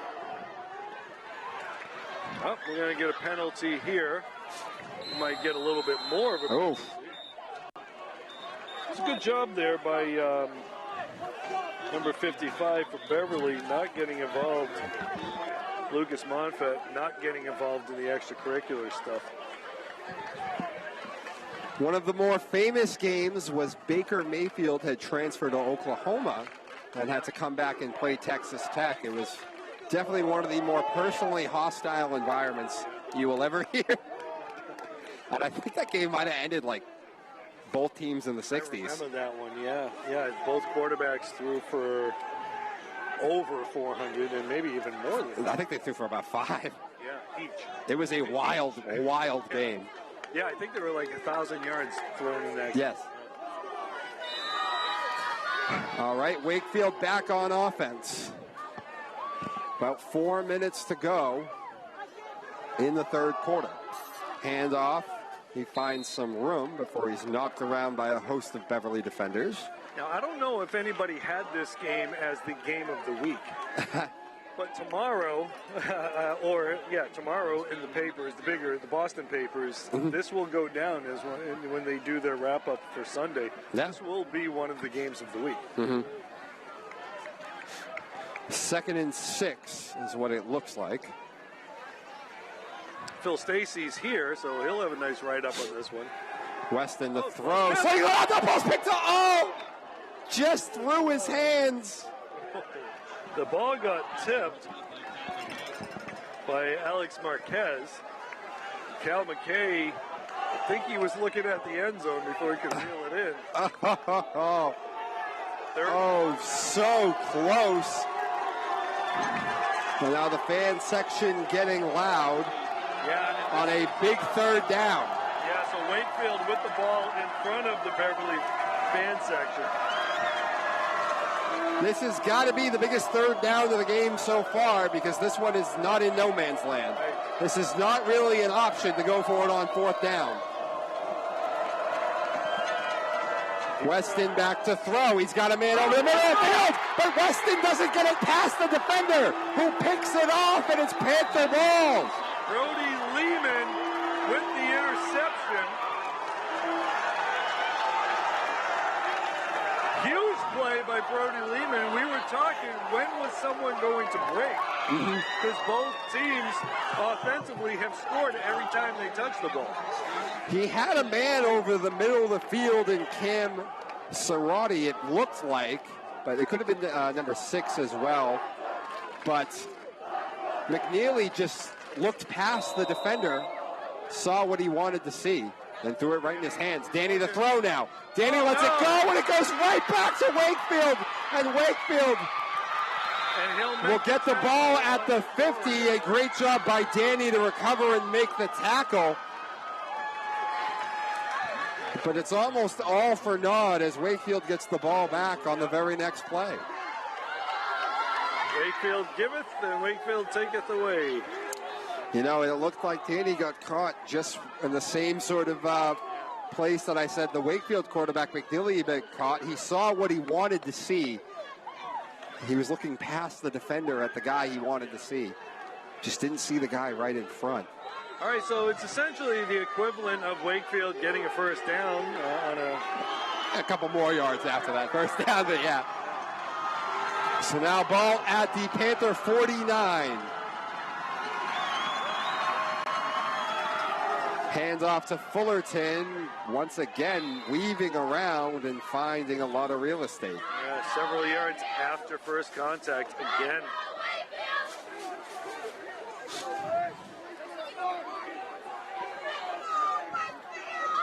Beverly was trying to go, I think, with the quick strike approach of what you do after a sudden turnover. Yeah, I think the receiver had some space after if he could have got it. But, you know, it's a game where you got to have a short memory. Danny will come back. He's going to throw it. No, looks like he's just going to run. I think that was a broken play. I think you're right. McNeely held the ball out in one place, and the running back went a different space, and he really had nothing to do but just tuck it, run, and go down. Yeah, so Lucas Monfort gets the sack. That's going to make it 3rd and 9.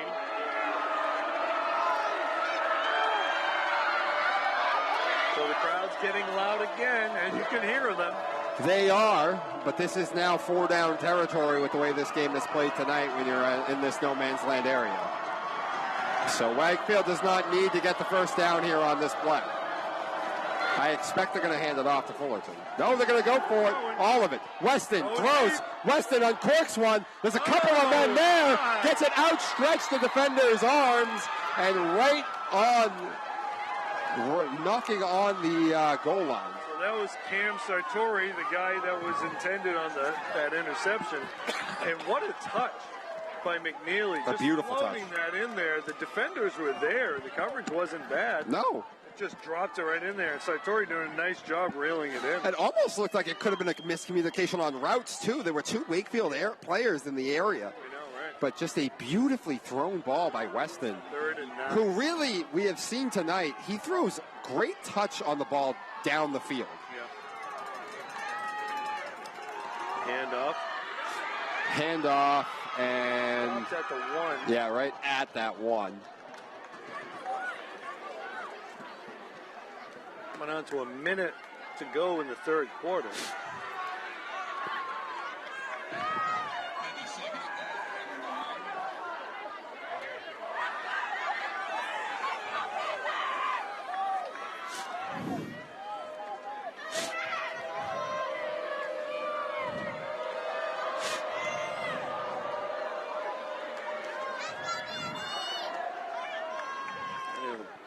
Did he not get in? I thought he did. No, he's in now. No, he's in. Touchdown. Touchdown, Wakefield with 35 seconds, I believe, still to go in the 3rd, and then we'll go back on top. 40-35 for now. Will they elect to just kick the extra point? Looks like they're going to go for it. Okay. Got to make up that point that you lost there. You do. I was get worried about chasing points too early, though, but... I know. But they will go for it here to try to get that point back. Bulletin. Hands it off, and I don't think he got it. He did not. Sean Costa, Jerome Sutton in on that play. Big stop. Yeah, Costa doing a nice job. And a game that still has played out the way that this one has, that is a big stop. Absolutely. Now only up 5.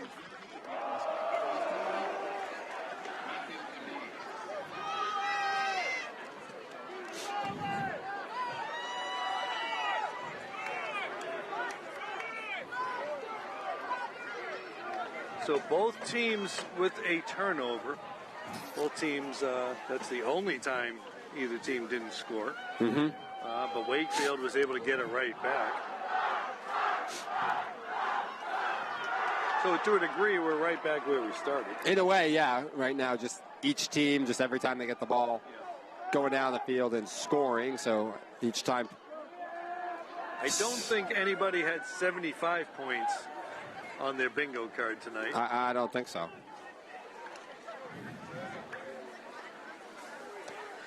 This game has been all sorts of madness. Controversies at the end of the first half. And you know, this is offense, big plays, running quarterbacks. This has been a well-played game.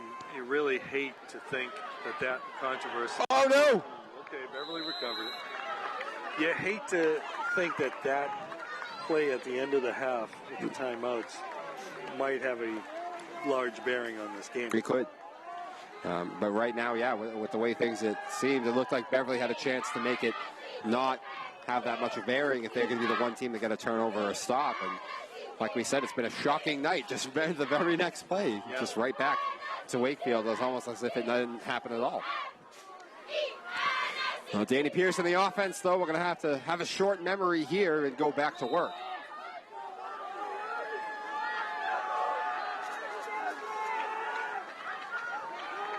Danny on a handoff. A nice move by Costa. Costa still moving. Costa's going to go out of bounds just shy of the 50. And a great run from Sean to get this drive started out on the right foot. It took him a while. Oh, they have him stepping out way earlier. Yeah. Okay.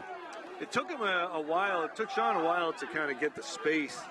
But the last few carries he's had, he's been able to get out from the pursuit. Mm-hmm.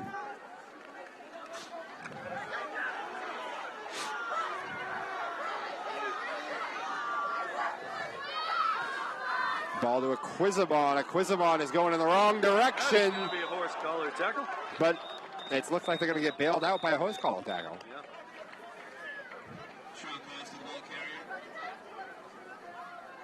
Was that Costa the ball carrier? I don't think so. Oh, no. It was Aquizabon. It's a hold, okay. What? It's a hold on Beverly. Oh. Looked like a horse collar. I don't know if a horse collar tackle is illegal in high school. That's dangerous if it's not. I know. So a 10-yard penalty. Ugh.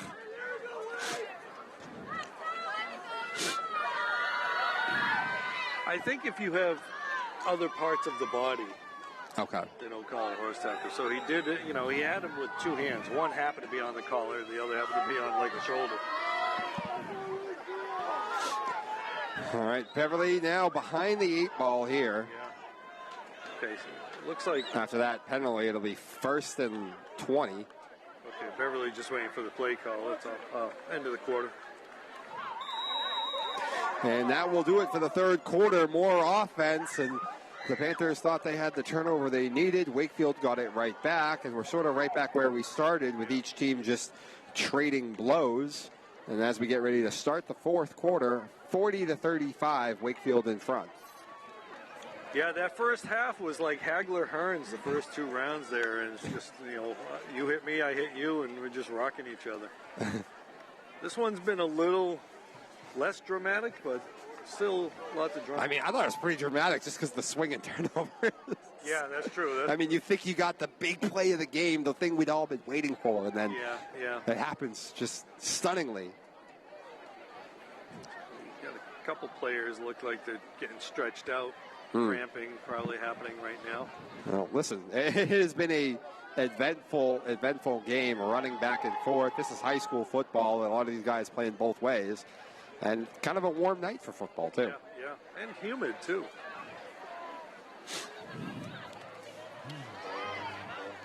Okay, so Danny Pierce, 5 for 6 now, 193 yards, 4 touchdowns, that INT. Floyd White with 138 yards, 4 catches and 3 touchdowns. Cal McKay's got the 155-yard touchdown. Costa's got 55 yards on 9 rushes. That's the Beverly leaders. He's going to roll out. Doesn't have anybody go. Who's going to take it? He's going to run with it. Got nowhere to go.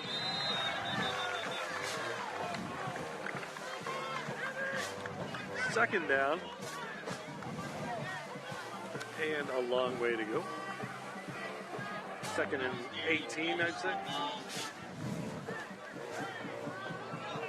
Danny was looking downfield. The coverage was there. I mean, yeah.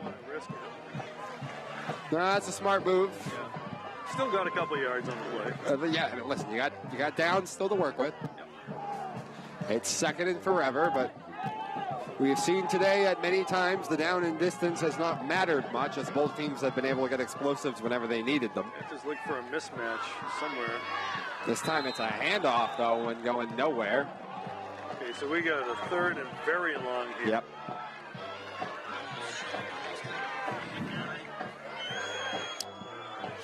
If I was Wakefield, I would make sure there was 2 guys on Floyd. Either that or I'd be bringing pressure to try to get the ball out of his hand early. Yeah. Although that could leave you susceptible to a wheel route from one of the running backs. It could.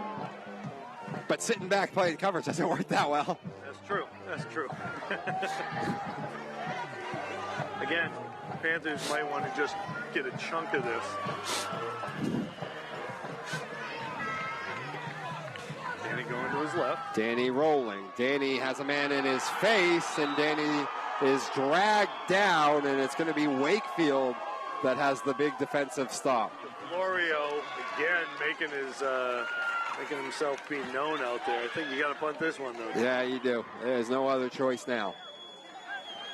Now, we know Floyd White is the punter, and they have run a few fake punts this year with him. That would be insanity. Oh, absolutely. I don't think he will. But. 4th and 25. And he is. Oh, my goodness, he did. The ball was caught. He's still not where he needs to be. And now he is. Now he's past the 30. He's near the 20. Oh, my goodness.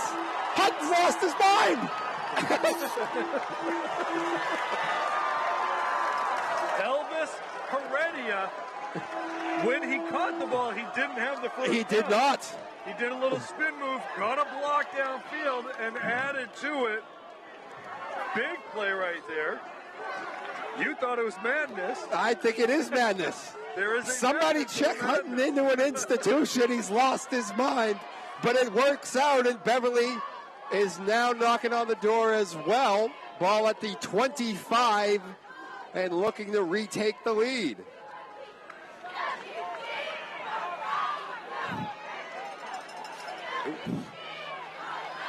Oh, there goes Aquizabon. Aquizabon still going, and a nice run on first down for Aquizabon. I think it's going to be about 2nd and 1 if it's not a first down. 2nd and 2, okay. Jeff Hutton, the gambler. Seriously.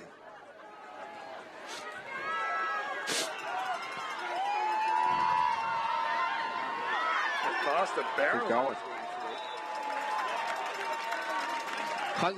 Hutton went all in and didn't even have good cards. I know, right? That's, you bluff him.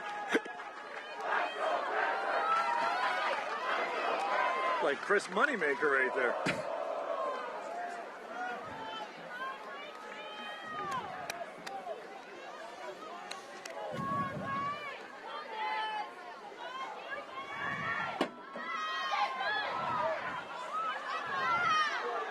Not going to get in. No. Stopped at about the 5.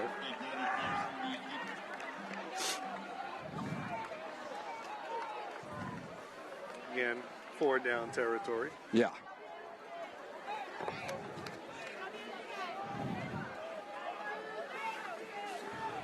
I don't know what fans are thinking coming in to watch this game, but they've got quite the entertaining ball game. I know.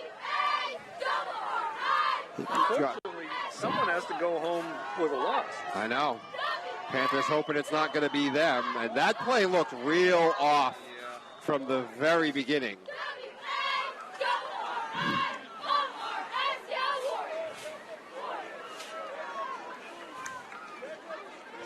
Third and long. Let's see if, okay, so they're going to take McKay out. Okay. He's the guy you'd be thinking about on a play like this. I know. Jordan Downey checked in for him. Wouldn't be surprised if you see Danny trying to take it in himself. Third down once again for the Panthers. Danny back to throw. Danny rolls. Danny's got a man. Oh, it's too high, and it's through his hands. Just a little too high. Danny was drifting to that side, had a defender coming at him now, and the ball sailed just a bit high. Okay, so fourth down.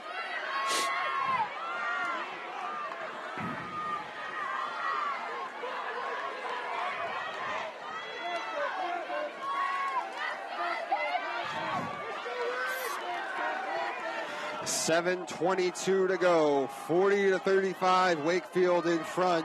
Panthers on a fourth down. Trying to take back the lead. Danny the throw. Danny's got a man. And caught! Oh my goodness, he did! Floyd White bobbled it. I thought the defender was going to get to it. I thought the defender was going to get to it. Danny put just enough air on it, and Floyd White comes down with it. Touchdown, Beverly. They have made big play after big play in this drive. So that gives Beverly a 1-point lead. They're going to go for two here. Yeah, trying to go up an even field goal. Which makes sense because we saw the leg on the Wakefield kicker. Yeah.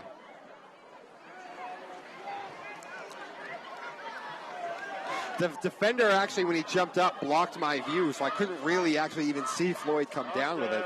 Can't get outside. Yeah, no, that's not going to work. So the two-point conversion will not work, and it's 41-40 Beverly with still 7:17 to go. This really is feeling like one of those whoever has the ball last. It is.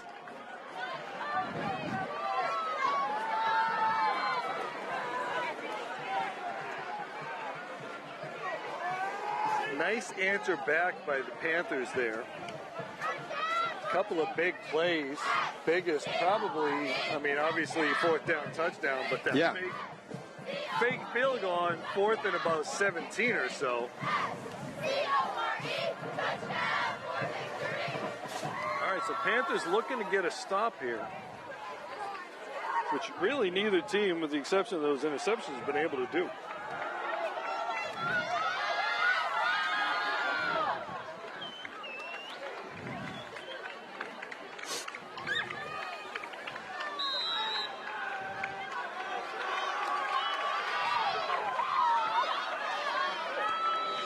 All right.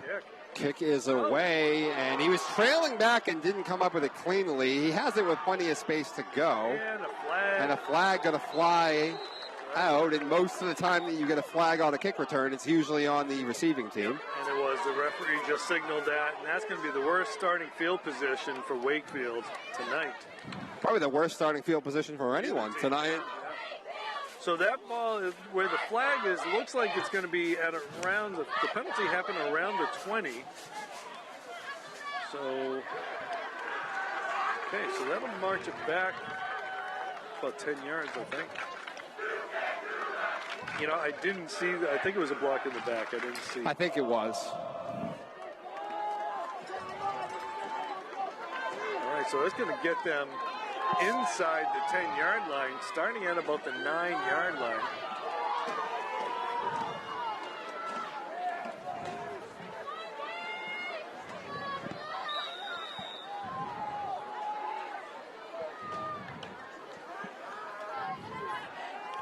Quick strike on the outside, and he's got room to run. He's finally pushed out of bounds, luckily, because there was really just one more man to beat, and it could have been curtains. Again, that was William Forbes. We had seen him in the first half with a couple of big plays. as a receiver. So he did get the first down, though.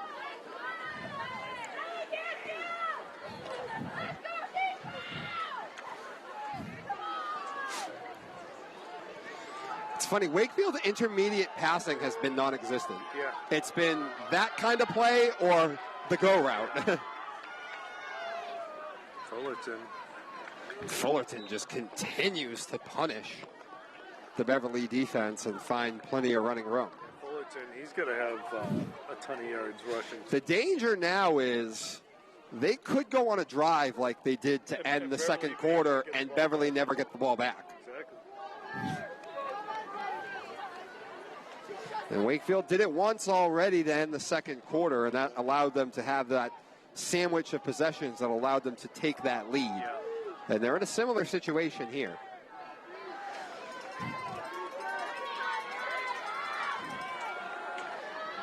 McNeely gives it to Jordan. Jordan's got space. Jordan with a first down and much more as he's tackled just shy of the 40. Yeah, like you said, Dom, they just grind. If they just do this, they're going to grind it down. Mm-hmm. With a 1-point lead here. Beverly's going to have to find a way to create a negative play on first down, I feel like. This is where you're going to see someone like a Teddy Fisher or a Jerome Sutton come up with a big play. Cal McKay was that guy in the Haverhill game. McNeely this time himself, and Weston is... Oh, no! Oh, I don't know about that. Boy, the flags went up in a hurry, too. I think he just slipped on his way out of it. I know. I thought he did. I didn't think anyone had actually hit him. And that's going to be a break for Wakefield, a massive break. I was very surprised at the play call with the way that Fullerton's been just churning it out. I thought they would stay with Jordan. That's a big penalty. Oh. Big time. Beverly faithful not agreeing. Showing the referee their disagreement. They're still mad about that timeout situation at the end. Yeah. First half. Yeah, that was going to be a big negative play. Turns into a 15-yard gain now. 5:51 to go.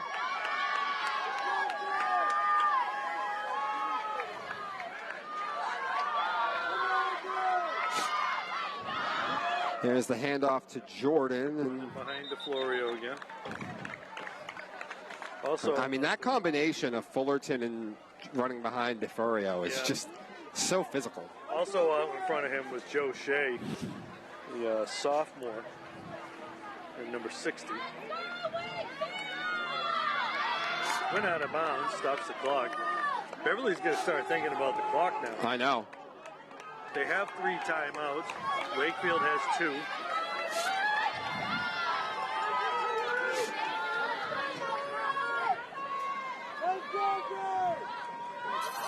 McNeely on a handoff.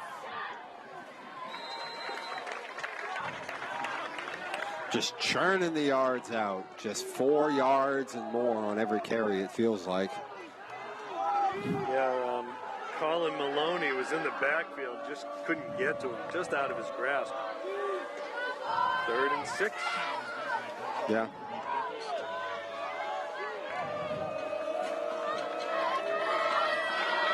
Third and 6.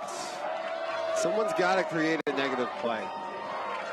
It just has to happen eventually if you're going to get this So they just brought Wakefield team off the field. Help block.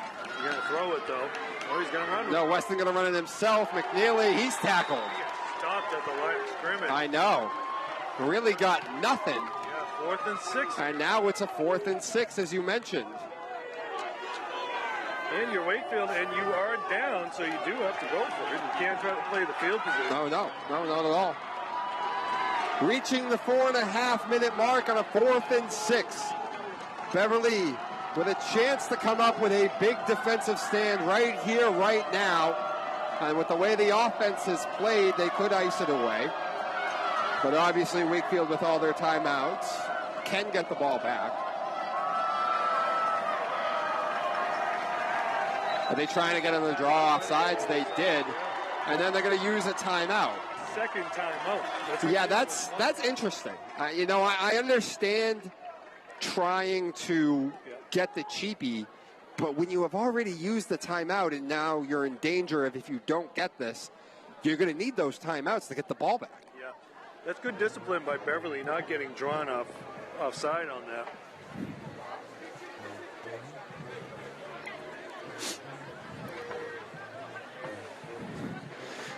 Boy, did you ever imagine tonight, Rich, that this game would play out the way it has?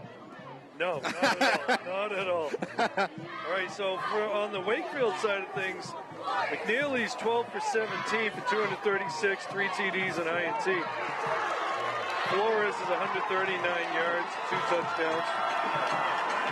And Fullerton with 137 yards, 31 rushes. You can hear the Beverly faithful behind us. 4th down and 6. The Panthers defense trying to come up with the stop. Could come down to this play. It's a handoff to Fullerton. I don't think he made it. He didn't make it. He doesn't make it. It's a turnover on downs, and the Beverly defense finally gets that stop that they need. 4:05, it looks like, left to go, up 41-40. Okay, so a lot of time still left. Yes. It's a long time. Beverly's still going to try to grind it out, still going to get first down. They do. Wakefield has the 1 timeout left. Do they have more than that? How many times did you get in high school? Oh, you still only get 3? I thought you got more. 3.5. They used to give him like 5. I think still. It was way too many. Yeah. Beverly offense back on the field and a chance to ice this game away. In the hands of Aquizabon. Hold on to it. Ball security, as you mentioned, absolutely paramount here. Big gain right there. Got him about 7.5 yards or so.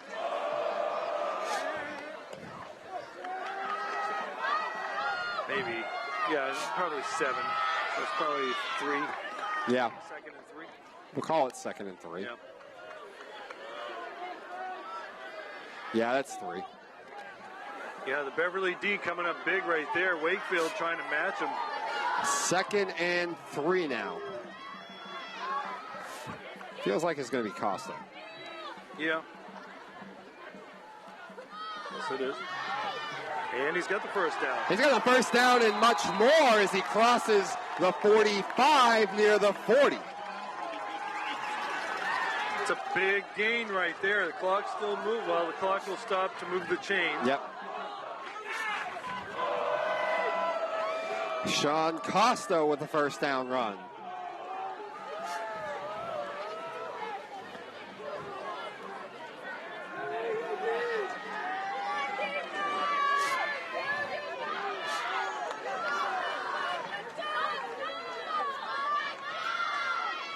Read the defense. Let the clock. Danny's going to let the clock run some.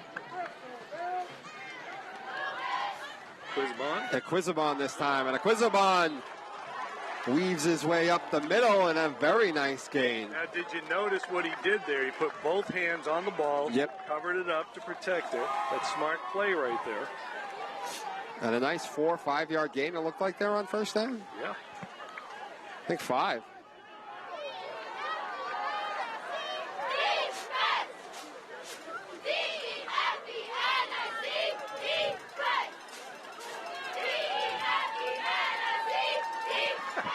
Approaching the 2-minute mark. 2nd, and it looks like about 5. Panthers probably one more first down is all they need. Wakefield with the timeout still left. Ball on the hands of Costa, and this time Wakefield gets penetration and stops him in the backfield. I have to say, the band has a bass player. We said he kind of looked like Slash, but he was just playing Hand of Doom by Black Sabbath. Which I hope he watches this because it was great. I recognized it, and it sounded really good. We're going to get a timeout there. Yeah. Is that Wakefield's last timeout? I did not see. I would hope it was Wakefield who used Too busy talking about the bass player over there. Still rocking it over there. Minute 40, 3rd down. What do you do here, Rich? We running the ball again and then punting if you don't get it? Do you trust Danny, roll him out and have him throw and tell him if it's not wide open, run it yourself? That's exactly what I would do. I mean, I like that idea because at the end of the day, obviously your defense did get a big stop out there. But there's no doubt what the best unit today has been. Yeah. And that's your offense. Yeah. And Danny Pierce has been a huge part of that. Yeah. And, so Danny, he gets out, he can run, he can throw. The worst thing that happens, well, other than a turnover, is he gets tackled, he doesn't get the first down. Runs more clock out. So, and then, you try to burn some more clock on fourth down. That's exactly what they're going to do, but it's Danny the whole way just running it. Danny, did he get it? It's going to be close. It's going to depend on the spot, and I think he got it. Looking at that spot, I think he got it. No, they have him marked short. Ooh. Okay, so it's 4th and 1. I'd go for it. Well, so here's the other question. Try to draw him offside, use a timeout. Danny looked like he got a little shaken up on that. Yeah. All right, so the clock did stop. So I don't know who called that last timeout, but someone called a timeout here. Oh, are they going for a measurement? Nope. Okay, start the clock. Yeah. I don't know what they did. Unless Beverly. Okay, maybe they're not starting the clock. Yeah, they are. They're starting the clock. So okay. They'll try to burn as much of this as they can. Try to get them offsides. Coach Hutton has a timeout if they don't go offside.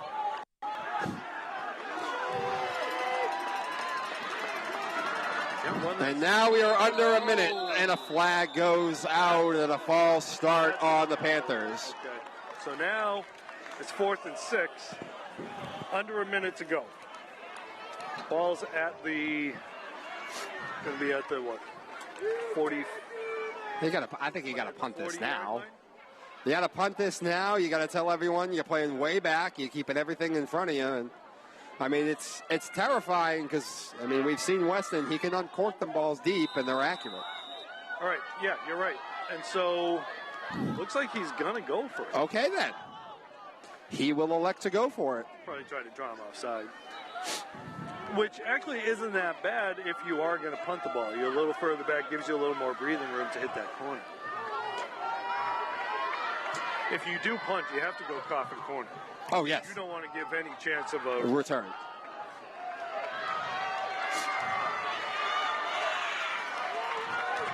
Oh, they got him. Oh, they got him. Did he move? Yes, he did. No way. Yes, he did. Oh, my goodness, he did.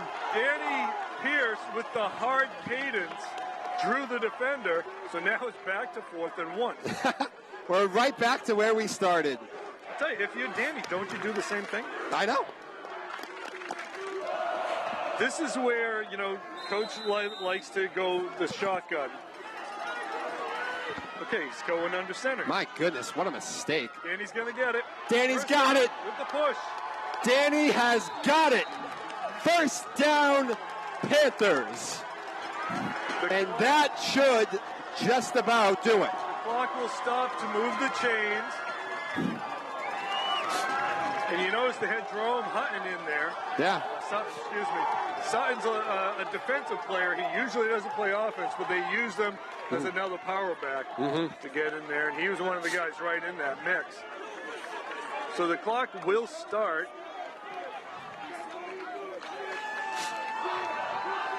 The greatest formation in football now. The victory formation takes a knee, and the Panthers are going to improve to 3-1 on the season. And I just saw Coach Hutton came over, dropped his stuff off, looked over at the fan squad, and pumped his fist and said thank you, and he gave them a lot of the credit.